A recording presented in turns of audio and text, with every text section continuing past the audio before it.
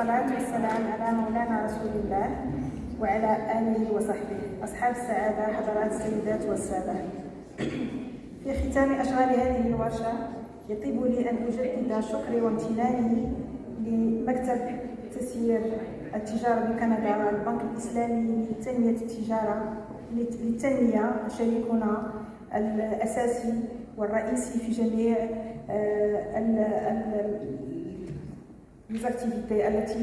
الأنشطة التي يقوم بها المركز. الجمعية المغربية للمصدرين شريكنا الأساسي بالمملكة المغربية، وعلى المساهمة القيمة في تنظيم هذا اللقاء. كما أحيي دعم وزارة الصناعة والتجارة للمملكة المغربية التي ساهمت في تنظيم هذه الورشة.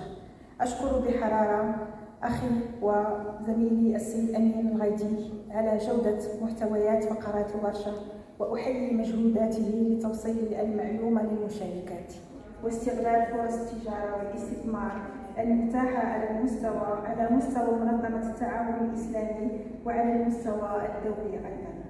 كما مكنتنا المواضيع التي تم التطرق لها طيلة هذه الورشة من الاطلاع على حجم التحديات التي تعيق تمكين المرأة وتحقيق استقلاليتها والزيادة في فعاليات الأنشطة التي تمارسها. وإدراكا منه لأهمية هذه التحديات، سيواصل المركز الإسلامي لتنمية التجارة السير قدما من أجل دعم وتشجيع المرأة المقاولة في كافة البلدان الأعضاء في منظمتنا. ونلتزم إن شاء الله جعل هذا النوع من الورشات تقليدا سنويا يتم تنظيمه في البلدان العربية بهدف دعم دينامية ريادة الأعمال النسائية وتسهيل الشراكة بين الدول الأعضاء في المنظمة. قبل الختام، أود أن أجدد شكري لكم جميعا